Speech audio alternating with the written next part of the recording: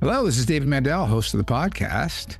I want to invite you to the Summer Rewind series, and this is the first episode of the Summer Rewind series. For those of you who can't remember what I'm talking about from the last episode in season 5, in the summer we use kind of an academic calendar. So in the summer, we don't have new episodes. We don't pick those up, until September or so.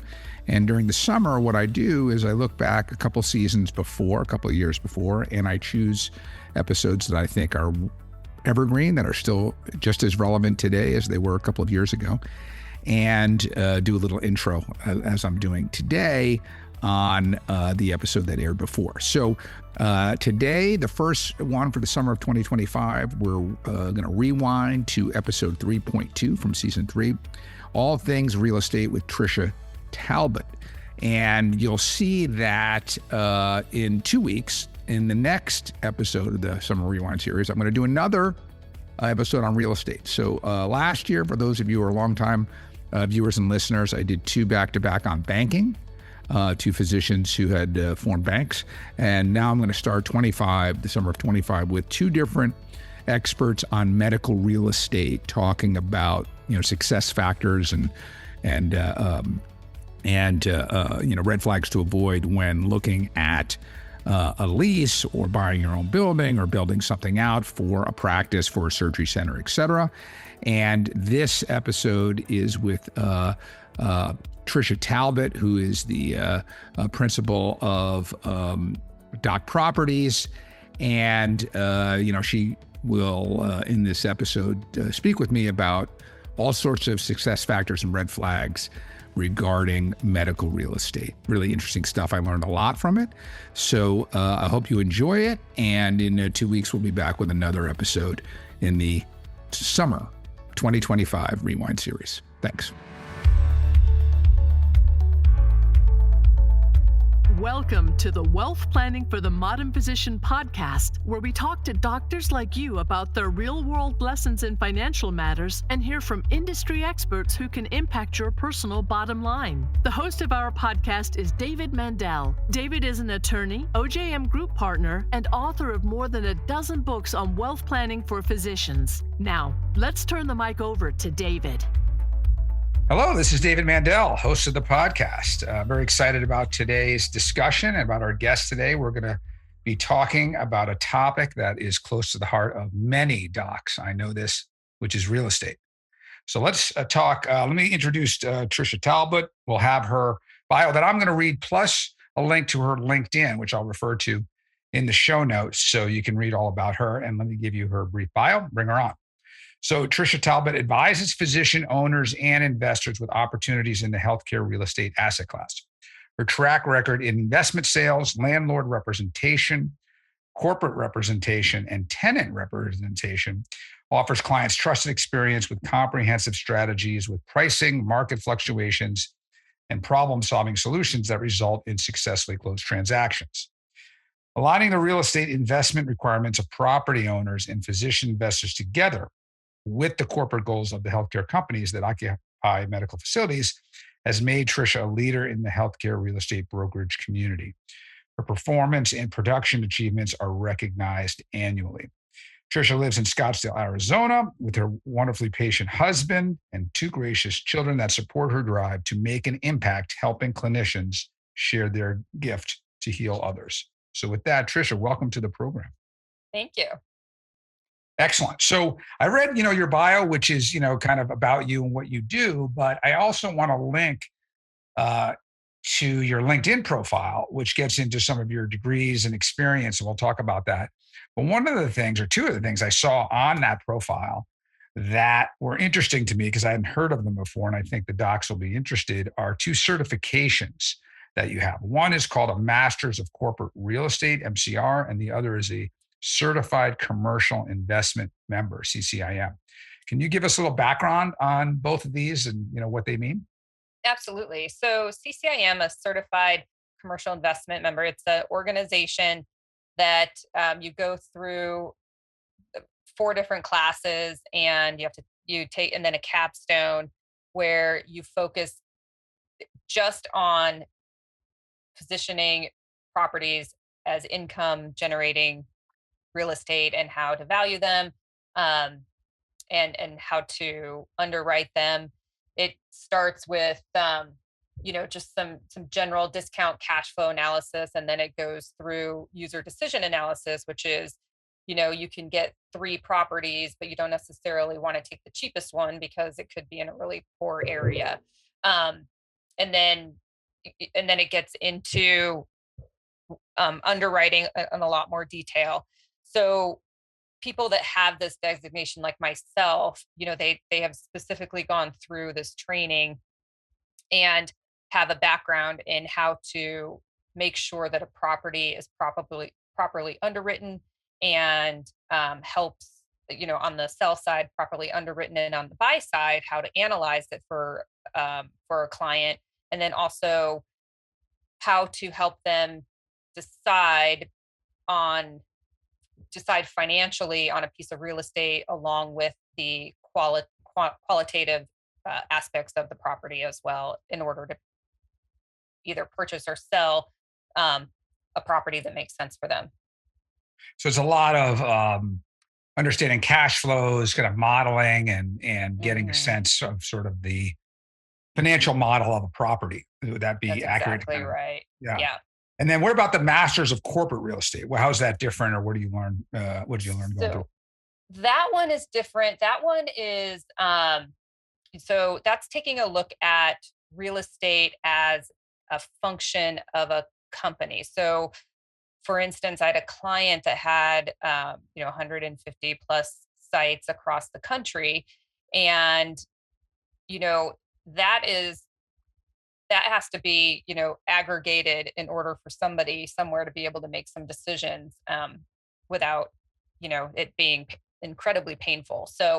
Uh, so this is taking real estate as a function of a company, again, financially modeling it, but being able to also have key indicators saying, hey, what is your annual run rate, which is what is the cost of all your leases and the operating expenses to you, as as the person using the real estate. If you own real estate, what is the value of your assets under management? And obviously that drills down into what those mean. But as a company, um, we as real estate professionals, on my side, we it's easy for us to understand how real estate works. But if you are selling widgets, your real estate is a function of you being able to sell more widgets. It's not necessarily a function of the real estate per se. I mean, obviously nobody wants to overpay, but sometimes for companies you need to be in a specific location, and that location, when you run the numbers of what it will generate for your business, it makes sense for you to pay the rent that's in that location. Is it the cheapest rent in town? No. Do you want somebody like myself to represent you in that negotiation, because there's a lot of other things that can be negotiated? Absolutely. But it takes the financial analysis of the real estate, and then applies the company's you know business on top of it. And then real estate, you deploy the real estate as a function of what the company objectives are. Interesting. So it sounds like the CCIM is more kind of looking at a property or a group of properties in isolation, and Hmm. the masters of corporate real estate is more how it fits in with the rest of the business, Exactly. depending on what kind of business is. And here we're talking about healthcare, right? So Right. we'll get to that in a couple of minutes. Mhm. So you've been in the real estate industry for a long time. Tell us a little bit about your career path. Where'd you go first, and how'd you kind of move through that industry? Yeah, I started as an in-house leasing department for a healthcare developer. They just developed medical office properties and healthcare properties. So I started there, and then moved into third-party brokerage and did a ton of landlord leasing.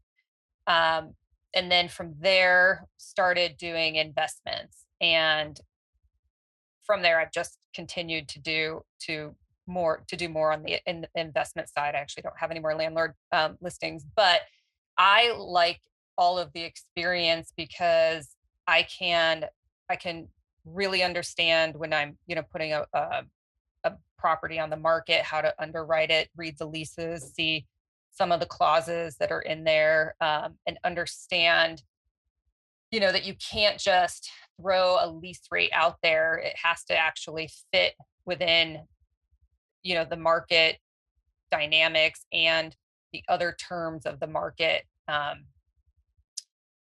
fundamentals, which I would say, are tenant improvements, if there's any renewals, annual increases, and how all of that fits together. And a lot of real estate professionals sometimes, can do this, but sometimes you have people that just grew up in the investment side and people that just grew up doing landlord leasing. And I think the benefit I have is a really extensive experience in both leasing and sales. So I really can, I think, take a very deep dive look into these properties and help organize them if they are not organized, and be able to get some standard lease terms and conditions and forms in place, together with some attorneys, and really clean up a property and put it on the market. If you put a property that's not cleaned up on the market to investors, this is where people don't get the value of the property for themselves, because investors they'll take a property in whatever form and clean it up, but they're not going to pay you for that. They're going to discount it to you. Then they're going to, because they typically have to hire people and spend money, so they will get the economic benefit of them cleaning it up rather than somebody else cleaning up the property. And that's what I find a lot with that some of these physician-owned properties is sometimes they have a lease on it for themselves. Sometimes they haven't had a lease. They're just like, well, I just pay the mortgage and that's fine. And then, they don't have a lease, or they have tenants in place and the tenants aren't even paying market lease rates. So that's problematic. But and sometimes what happens is when I see some physician owners come to me, is they're tired of managing the property. They're tired of dealing with leasing the property, because in some cases, and not all, there'll be like a group of physicians that get together and then they decide that they want to own instead of lease, but then they don't really discuss who's going to be the one to manage it. And then someone raises their hand because they don't feel that they want to pay management fees or anything like that. And then that person ends up, as a part-time job, managing the building, because it is. I mean, it takes time and, and expertise in doing that. So then someone just gets tired and is like, what, let's cash out of this, but it hasn't been professionally managed or leased. And so everything's in different places, and some things have been taken care of and some haven't. So I can come in and sort of grab all of that and organize it for them to hopefully be able to get their property to the value that they are expecting. And how did you end up launching DocProperties? You worked for sound like a landlord. You did some investing on your own. What caused you, or what motivated you, or what did you see in the marketplace that got you to launch DocProperties? And tell us what you do for physicians in that. Sure. So I was at a national firm, and when you're at a national firm, medical office or healthcare is underneath office. So the food groups of commercial real estate are office, industrial, retail, multifamily, and land. So healthcare gets sort of pushed under office, and it's not its own. And that sometimes I would hit a lot of walls, because they would be like, well, we have all these resources for the office, and you sort of have to figure out how to get those resources to help you. But it's different than office. I can't just go and say, hey, I need, the market report, the quarterly market report for office properties. I need you to help me, do some research on this market for medical. You have to take office and you have to parse out all of the non-medical properties, because not every property will qualify as office. You have to, in Arizona, a lot of the municipalities are 5 per 1,000 parking. And I think in a lot, I see this across the board. I do deals in other markets with a network of brokers that I have, but the parking is pretty much consistent. It's 5 per 1,000 plus or minus. Some are grandfathered in, some are going even higher, up to 6 per 1,000. So first of all, the parking has to accommodate medical. It has to be high enough. Not every building has that. Um, So and you're then, saying, just to make sure, because this is kind of Greek to yeah, me, you're yeah, saying that if I was looking to buy, if I'm a physician and I was looking at offices, there may be some offices that are, they just don't qualify for medical because they don't have enough parking. right. That's Wouldn't work. exactly right. They wouldn't So work essentially.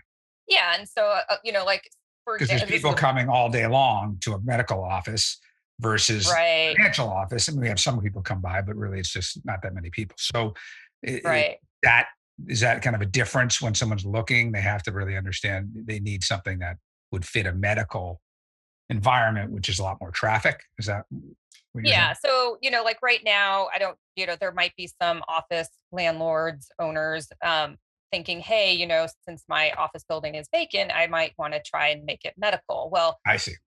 some might be able to do it, but the others may not. Some will be able to do a portion, but then as soon as they lease up enough in medical to absorb, as the maximum amount of parking to allow for the rest of it to be office, they have to stop leasing to medical. I Plus, see. typically when they've bought it, they have not bought it with the underwriting in mind to do medical tenant improvements. So, building out an office for financial services or an attorney, is a lot less than building out an office for a medical provider that requires typically sinks and exam rooms, probably more than one bathroom because they probably have separate staff. Um, and then there's also requirements by the city for a certain amount of square footage. You have to have more bathrooms. But, if you're an OBGYN, you're going to definitely want to have like a staff bathroom and then a patient bathroom because every time somebody has to come in for an OB appointment, they have to leave a urine sample. So just things like that. And there's functionally different uses for an office user versus a medical user. And the medical user requires more TIs. Now with that, the owner gets longer lease terms. So you could probably go in and, as a general office user, maybe negotiate a 3-year lease.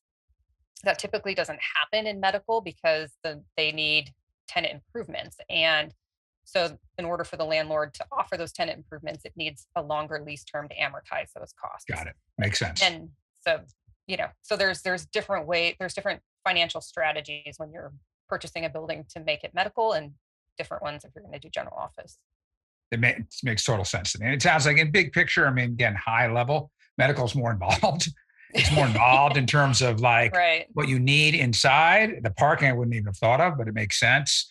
And so because of that, if I'm on the owner side, I need longer lease terms because I need to, like you said, amortize those costs over time. And if I'm on the physician buyer side, I got to really understand that, hey, I may want to buy this building so I can have my office in there. My idea is to have all these other medical offices in there, but I may not be able to do that because based on the office, I may be able to get 1 or 2 medical in there and the rest can't be because I'll bump up against these requirements. So, yeah, that's interesting. I wouldn't have thought about that. So, well, and there's also some patient dignity. Oh, sorry. So there's some patient dignity too, like really like the patients, like you don't want to have an oncology center or a dialysis center or something where patients are really, really sick coming through a general office lobby where there's attorneys and lawyers. Like it just doesn't make sense. I see. Yeah, there's that. You know what I mean? Sort of the marketing kind of or image element to it. I mean, different for maybe a plastic surgeon or a derm or something like that. Yeah, I think it's more for the patients. Like you don't want to have like sick patients, like they're already feeling horrible and they're obviously not looking their best and they don't necessarily want to be, driven through this main lobby where people are, coming and doing, white collar job stuff. They're all dressed in their suits and then you're sick and, being wheeled through a lobby. It's a good point. Yeah. Yeah. No, listen, it's an area I don't really think about. Fortunately, I'm pretty healthy so far. So I haven't had to, really deal with that, but I'm thinking of, even orthopedics, crutches, all these people in crutches, and then there's a, medical office. Like I know where we have our office, offices, none of them I think have medical in it, right? I mean, I'm in an office tower down here in South Florida. We're in an office building in Ohio and in Phoenix. And I think I don't think there's medical in any of that. So it is, I never really thought of it that way, but I guess that's true. So I want to explore some questions to keep us on track time-wise, Sure. kind of questions that physicians would ask you, right? So first of all, like, what is a healthcare real estate advisor? And if I was a doc, why would I use one? Why would I consider that? So one, a healthcare real estate advisor, they really do or should know the medical office market. So if you're saying, hey, I want to open up, a site here or in these three markets, they either know people to interview that can help you if it's not in your local market, or they kind of know the inventory. Now you can go on the databases and click through a bunch of stuff, but the landlords that based on what you're going to need or your client's investment in tenant improvements are going to require. I think you can save your client a lot of time of spinning wheels and negotiating deals in properties where, the landlord has had it for so long that it's a lot of second generation space. They're not interested in redoing a ton of tenant improvements. They just want to sort of backfill, do carpet paint, and maybe, something here or there. But they're not interested in doing much else. And then if you're, a tenant that's like, if your client's like, hey, I'll do a 10-year lease, but I really want the landlord to fund a majority of the tenant improvements. Like, the landlords that are willing to do that. Because otherwise you spend a lot of time chasing and negotiating deals that are, that they don't make sense for your client based on what their needs are going to be.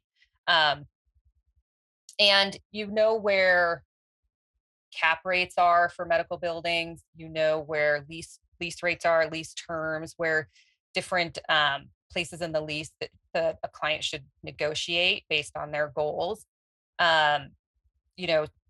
Just for example, death and disability is a big one in healthcare because, if the doctor is disabled or is deceased, then sometimes, they are the practice.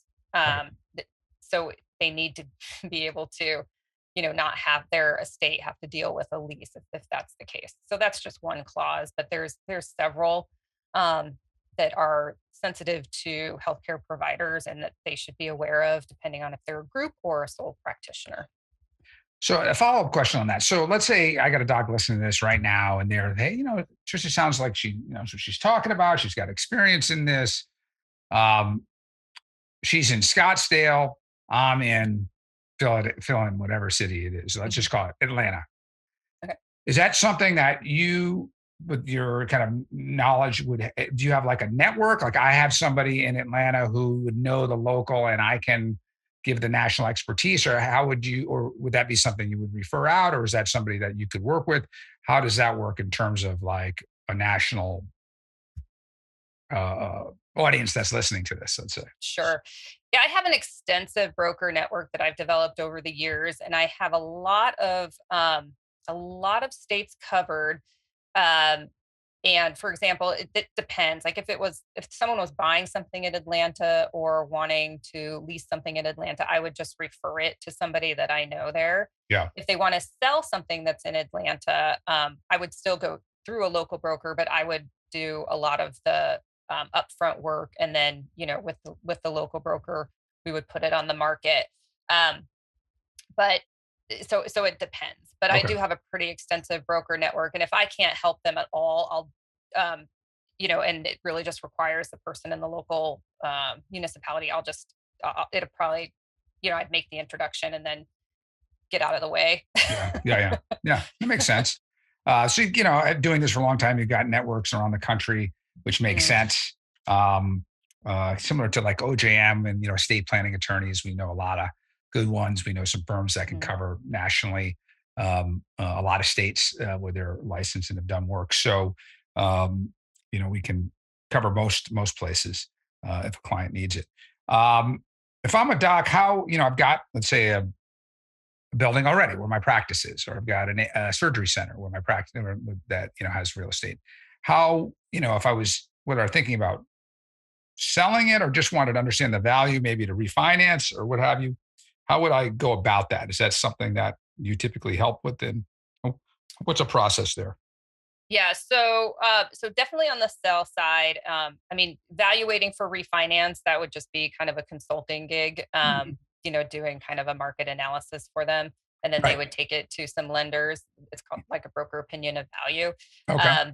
But the selling is something that I can do. I'm actually doing a pretty big portfolio right now, and it's in a variety of different markets. And so, along with my broker network, I've been able to get that teed up and off the ground. So Got it. Okay. And then the process, you were talking a little bit about purchasing or a lease. It sounds like, I mean, to me, it's a big enough decision. And I've been at conferences, especially like aesthetic conferences, where they talk about build out and actually figuring out like architectural plans and all this. It's like, which do you do first? Do you figure out what you need from an architect point of view? And then do you go to somebody like you to say, okay, now I want to find this somewhere? Or do they work with someone like you first to say, okay, financially, what I should be doing, and then build around that with a budget, because some people may want to build the Taj Mahal and it doesn't really make sense. right. So how do you see that working out often in your experience? So Like, what's again, the I go best, the right best yeah, step first? I go back to, first of all, a company deciding what is their budget for a new Yeah. site. Do they want like what do they want their lease expense to be? And is that, that includes uh rate plus the operating expenses. And then because different business lines or whatever they're trying to accomplish, like they might have different revenue streams. So what the revenue stream that's going to be in that site, really figuring out what your budget can be on your, for overhead for your office space. And then from there, kind of figuring out if it's their first office. I feel like the first office is really hard because they don't necessarily know what they need. Um, but for example, if so I have a client that's a women's center, and you know they have an idea of what they're looking at, and then they're doing now their own internal analysis. But like if you're an orthopedic or family practice or something like that, and it's like how many exam rooms, I can ask the questions of how many exam rooms are you looking for, how many bathrooms do you want in there, for patients and then for staff, how many people do you want your waiting room to hold, how many people do you want in your front office, do you want to have a break room, do you want to have private physician offices, and then whatever, like if they need a lab or something else. So I can sort of sketch out that, and based on my experience have Oh, a little bit of an idea of how much space they're going to need, um, within a target range.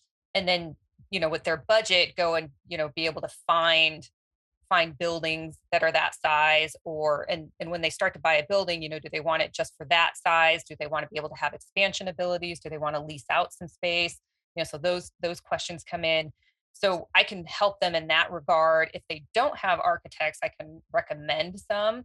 But if they do have a relationship with an architect, I try to get plans to send over to the architect to be able to do some conceptual plans for their client. So I guess the answer to your question is it depends, but you can have some things running somewhat parallel.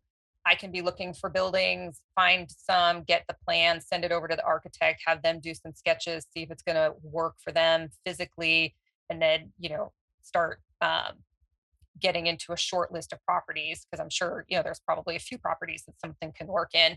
And then from there, I can just try to negotiate. If they like all the properties the same and they all will functionally fit, then I can just negotiate on terms and try to get them the best deal. um, it is nice so with general contractors as well, it kind of depends on the size of the project. But somebody like me, I can refer some, or if they have a relationship with them, once they do get that conceptual plan from the architect, they could have their general contractor do kind of what's called budget numbers, just to give them a sort of an idea of what the numbers would be. Because I'm sure they have, their own models that they can say, oh, this, and this, tweak a few things. Here's an estimated amount of what it would cost. So some of these things can all sort of be running parallel. And when I'm, when I'm working with a client's team like that, try to make it as seamless as possible. Yeah, that makes sense. Yeah, and sometimes you have to run these things in parallel. So a couple related questions. We're sort of coming to the end of the time, but I want to get these two together. So just say I'm thinking about, and I'm sure a lot of docs have thought about this, maybe in the last year or so as real estate values have gone up a lot. I don't know so much in the medical office space. Certainly, we all know about homes. How would I position a medical office for its highest valuation? A and B. When should I consider selling? I mean, a lot of docs, if they're solo practice, would be like, okay, when I'm about to retire. But in a group practice, you know, would they ever sell? I mean, why would they? The practice is going to continue. They need to be somewhere. So, if you can talk about positioning for valuation, and then when you would Sure. even think about selling. So positioning, so a lot with income real estate, it has a lot to do with the the tenants inside. So if they're the only tenant, I would say they need to get a market lease in place. If they Mhm. have other tenants, you have to look and see what is going on there. If they don't have market leases, then you can, try to work through them if they're expiring, and renew them. But it's depending on where. This is the problem if they've been negotiating below market rents and then they want to all of a sudden do market rents. What most likely happen is they'll have to clean out the tenants that are in there, because jumping a tenant up too much, Right. just everyone gets upset. So so uh but let's assume we have market leases in place, so that's great. The common area, making sure that common area is in its best look and feel. Maybe a fresh coat of paint. I don't know that anyone has carpet anymore, but if they did have carpet, I'd recommend that they remove it. Yeah. um, and then landscaping, make sure that the landscaping is taken care of. The exterior, if the building needs to be painted, just like a house in some ways, if the exterior of the building needs to be painted, if the roof is at it's, I don't necessarily recommend replacing a roof of a building you're going to sell, but definitely make sure that it's in good working order. Patch it, repair it. Uh, Definitely do not have a lot of deferred maintenance on the property. People Just don't make want a sure that headache, it's exactly. they're coming into it. Yep. And Mhm. then what about the other piece of it, which is when would I consider selling? What would you say would be like an indicator that, hey, this might be a time to sell, either because of the market or because of your circumstances, or when do you see practices selling? So if you're just looking to, so so if you're looking to sell, just in general, right now, cap rates are pretty low, and they stay pretty low on medical office for the most part. Provided that the lease terms are strong and the tenants are strong. It's just there's a lot of capital that has migrated over to medical office because of the thought that it is recession proof. It's not recession proof. I mean, it's recession resilient. I mean, everyone's gets affected when there's a recession, but it is the fact that it is a purpose driven property. I mean, there's reasons for these tenants to be in there during COVID. Even during COVID, the physicians had to go in. I mean, it was an essential business. The physicians had to go in. I mean, there were some elective procedures that were paused for some time, but they went back pretty quickly. In Arizona, I think it was maybe 5 or 6 weeks. Yep. And so these people cannot work out of their offices. I mean, they can't see, or out of their homes. Patients That's right. can't go. So there's a reason for them to be there, and they have a mission critical, demand driven. Um, so that's one reason to do it. Now, when somebody should cash out, so sale leasebacks are pretty popular with physician owned real estate, and that's because the value of the property is at its highest when you have the longest lease in it. So let's say 10 years. So if you're going to want to sell it, I would say look and be kind of aware of maybe your retirement age, and maybe 10, 12 years before then, maybe think about putting a 10-year lease on your property and then selling it to an investor. Because that's where you're going to get your highest and best use. If you wait until you retire and then you move out, then you're selling a vacant building. Then, Right. then it's on a price per square foot. And, if you bought it, of course, 30 years ago, you're going to make money on it. But the highest amount, the highest value you will receive is with a tenant in place. So either you have to move out and find a tenant, or you cash out about 10 years before you are about to retire. Now, practices with multiple providers, there are people out there that, can put some structures in place where people that are looking to retire can cash out, and people that are young and coming into the practice can buy in. So they can structure it that way where you don't actually have to sell the real estate. You just, you can exchange ownership. Yeah. It's cash out your ownership. Yeah. Right. Yeah, exactly. Financing, have the young docs buy you out on some kind of, some kind of rolling process, just like you might do for the practice value. Now, it was interesting when you said there, like a 10-year might be the perfect time. For those of you listening who, kind of approaching retirement, or you see it out there, especially solo practices. Now, some clients may say, they'd rather hold on to it and then try to find someone to take over the practice and then have a rental stream. And I have, we had Doc, a previous on the podcast, Dr. Yanoff last season, who talked about that. It's something that he did as he exited. But at least it should be thought through. And it sounds like even 10 years out, because you want to kind of make smart decisions. And if you say, listen, I don't want to be a landlord, I'd rather, get out. And if the timing is good, where there's, an upcycle, then maybe it makes sense to sell and lease it back. And I guess you're saying there are investors out there who would buy the property and may actually value it more favorably with knowing that your practice is going to be paying rent for 10 years in there. Exactly. And I think, once you decide that once you make that choice, and so with physician-owned real estate, sometimes there is still an emotional connection to the building. Some of these practices and have built these buildings from the ground up. They've put their heart and soul into it, and that's why they typically want to hang on to it for the income stream. But what you have to decide, you have to really kind of take the emotion out of it. And I don't mean to sound cold, but you need to analyze it from a purely financial perspective and say, the benefit that I will receive on a monthly basis from this income stream versus this lump sum of capital, and then go deploying that capital in other investment real estate where there's already tenants, and I don't have to,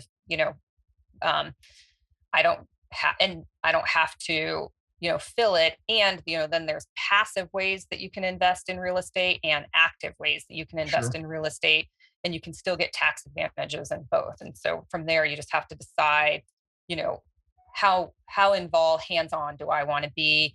And, what can I do with this lump sum of capital? Because maybe you go in and diversify into 2 different kind of rental properties instead of one. You never know. Or even diversify in other asset classes, like using a firm like ours. You kind of balance out their portfolio. Say, listen, let's have some things that are more balanced, especially if they're not balanced already. That would be something we would recommend. So, excellent. So let's just sort of last thing. What's like one kind of takeaway or one sort of broad idea you would give docs listening to this about real estate in their practice? Yeah. So, with medical office real estate, the value of the real estate is really the tenants in there. So, as a tenant or as an owner, the value is you as a tenant in the building if you own it, or, if you're a tenant in a landlord's building, it's the tenants that make the value of that building. So I guess when you're negotiating a lease or looking to buy or sell a property, just think about that, you are the value of the property. A medical office building built out in the middle of nowhere is a value of 0 because nobody will occupy space there, versus, a medical property that is built with a serving a community. And a lot of medical buildings are built with pre-leasing. So they already, they have to have a certain amount of pre-leasing before they'll actually start going vertical. And it's because the value of a medical building is the tenants that are in it. Yeah, that's a good thing to remember for those of you who don't own, who you are lessees, that you have some negotiation power, because the value is in what your lease and you continue to pay. So that's a great point. Trisha, thank you so much for being on. This was great. I learned a lot, and I know a lot of my our clients and docs out there listening, this is something that we get asked about and questioned. So thanks again for being on. You're welcome. Hopefully I didn't get too in the weeds, and if so, someone can just ping me. Absolutely. Well, we're going to have your bio in there in the LinkedIn. So if people have questions, and there may be people who are in a decision place right now and could use your help, I wouldn't be surprised. Docs, like I do, a lot of them want to get in the weeds more than sometimes they should, actually. So that's fine. But thanks again for being on. And you bet. Thanks for all you folks out there listening. Again, we'll have another episode in a couple of weeks. And if you are a physician and you think you have some interesting story to tell, or some insights, or something that you think your colleagues would appreciate hearing, feel free to contact me. I'm always looking for new guests and would love to hear from you. So with that, thank you very much, and look for our next episode in a couple of weeks. Thanks for listening. The Wealth Planning for the Modern Physician podcast is brought to you by OJM Group, a multidisciplinary wealth management firm dedicated to helping physicians build and preserve their wealth while reducing taxes. Podcast listeners can get a free copy of our newest book. Simply text WPPOD to 844-418-1212 and click the link in the reply text to request your free print copy or ebook download. Be sure to join David for the next episode of the podcast. It's important to note that this content is for informational purposes only and does not represent personalized investment advice, as the information may not be suitable for your personal circumstances. Please contact your investment advisor before implementing any of the strategies discussed.